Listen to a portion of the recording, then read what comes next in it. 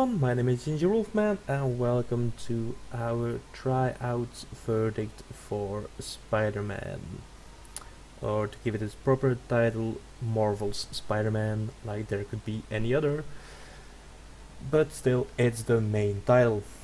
Um, so let me start off by saying I love Spider-Man. I just I think it's a fantastic game and I thoroughly enjoyed my time with it. Its newest DLC is out right now, so if you haven't played it yet, either the game or the DLC, now is the time to pick it up. First off, in our little review here, let's talk about the combat. The combat, it's like I said on my first tryout video for Spider-Man, it's basically, I mean, Arkham. The entire Arkham series is just, it inspired so much, especially in the superhero genre of games, especially in the combat. I mean, all games are like, it's either the fighting system from Arkham series or the fighting system from Dark Souls that everything is compared to right now. And Spider-Man is definitely in the Arkham series. With all the gadgets and everything, which kind of don't make sense to me from a Spider-Man perspective. I mean, you got the weapon and stuff like that, which is fine. Just don't add like it with like trip mines and electrical stuff. Not to say it's not fun playing with those, because it really is, but that doesn't really have a Spider-Man feel. Just like this stuff where you basically just do stealth. Also not very Spider-Man-y in my opinion. But then again, it doesn't take away from the joy that is this game. You don't really, I mean, the stealth sections in non-stealth games can feel like a chore, something like you have to just get to it, through it and move on. I don't have that feeling with Spider-Man. I did enjoy the stealth, the way it's handled, so kudos for that. Also, when it comes to combat, which makes a lot more sense to me with Spider-Man having this dodge ability than it did for the Dark Knight. In Spider-Man, it's well known to have the spider sense and then like be able to predict when he's in danger and act accordingly. You can argue that like Batman has it through his intensive martial arts training, but still, I mean, it feels natural for Spider-Man to do stuff like this. And it's fun to see him do it. There are certain abilities linked to his jumping around, to his spider sense, to his dodges, which makes it all the more fun to play it, really. Other than that, stealth and combat is just fine, to be honest. It doesn't excel at anything. I mean, some of those combos are pretty fun to do, some of the dodges are as well, but still it's nothing that's spectacular. Moving up, we have challenges. Now these are there are a lot of them. Some involve fighting, some research, some just finding stuff. Like this one here is one of the research stations, and it is kind of fun, this one. I mean, in the old animated series of Spider-Man, there was a thing like little spider bots, which was pretty nice to see them like running around and stuff. And this kind of builds on it. I mean, at least this little part. See, you're basically a spider bot and you're just running around, chasing a chemical smell Also, the spider bot has one ability, which you will see in a bit.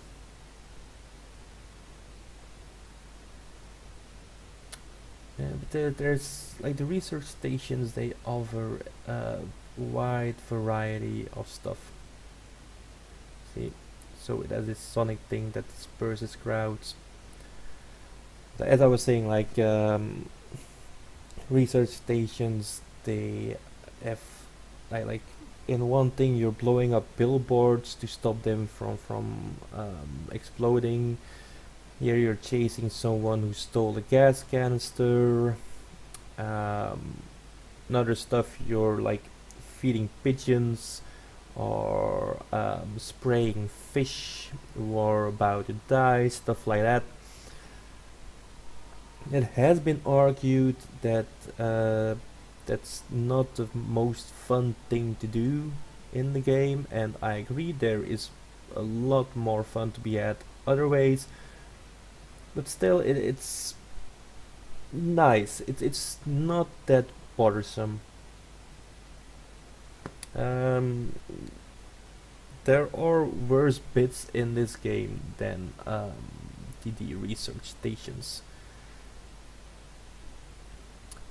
And coming up next is one I found, well, endearing and not endearing. It's around Felicia Hart, the black cat, if some people remember it. And the thing is, you just had to look through a camera and search for a little cat idol. And it reminded me of Dragon Age Inquisition, where you have to find those balls, like those glowy, bowly things. I forget how they're called. Where you look through a scope and you try to pick them out. They like light up briefly. And that's the thing here with this cat as well. And it kinda annoyed me. I didn't like it in Dragon Age Inquisition, I didn't like it in Spider-Man. The end of the quest line though was pretty fun. Now in Spider-Man there are a lot of collectibles as well. In the form of backpacks and pictures you can take of famous landmarks. Thing with the backpacks, every little piece you gather has some information about the piece, which for Spider-Man fans can be quite enjoyable. I at least enjoyed them. Let me know in the comments how you felt. Now moving on to the next big thing, something that in my experience can make or break games: boss battles. Here you'll see my boss battle against the Shocker. What I liked about it is the fact that it actually has tactics. It's not like just go up there, beat them, use some of your abilities, and just fuck around with it basically. This one was actually tactical. You had to think about what you were doing. What you're seeing now is actually my fourth run, I think, on Shocker. I did have quite a bit of trouble with figuring out what I was supposed to do. As you can see, most of the fight is just invulnerable with that shield around him. So yeah, I like the boss battles a lot, although they weren't as easy as I would have thought they would be. They were thoroughly enjoyable, except for like the Vulture fight. I think it's Vulture together with Scorpion, if I'm not mistaken. And that fight was, I didn't like it that much. But still, I mean, there were a lot of boss fights, and if just one of them I disliked, I would call that a win. I mean, we got Vulture, Rhino, Otto Octavius, I mean Doc Ock, you got the Shocker in there, you got the Kingpin. So if just one of those boss fights, like the Vulture / Scorpion fight, was lousy, Yeah, I can definitely live with that. It could have been a lot worse. I mean, look at well, let's see which game has really crappy boss fights. Arkham City. I mean, Arkham City was a superhero game with just crappy boss fights. Um, Also, which brings to mind is DC Universe Online, where the boss fights just felt really forced and not fun at all. You can basically kill most of the boss with just bashing, no real tactics involved. Definitely not the case here in Spider-Man.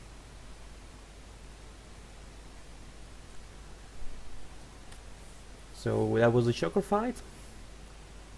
Now, this video I included, this was on one of the first days of the game. Not sure if they patched this out, but this was actually one of the few glitches I could find. Quite an annoying one. I'm just stuck on a wall, can't see what I'm doing. Another glitch I did find was like an enemy being stuck in the wall. Like you couldn't complete I couldn't complete an objective because one of the enemies was just stuck in a wall. I couldn't hit him, he couldn't hit me. But there you go. So here I just died, I reloaded the game and the glitch didn't occur again. So that's basically all I wanted to say about Marvel's Spider-Man. I hope you all enjoyed that. If you have played the game and you disagree with me, please let me know. If you played the game and you agree with me, also let me know. If you like this video, please leave a like. Comment down below if you have your own ideas about this. And as always, please subscribe to the channel. And next up we will be posting the videos about Tomb Raider and Assassin's Creed Odyssey, our full reviews. And hopefully later this week or beginning of next week we will have Red Dead Redemption 2 up and running. Well, our verdict video. For now, this video is complete. Bye bye, my friends.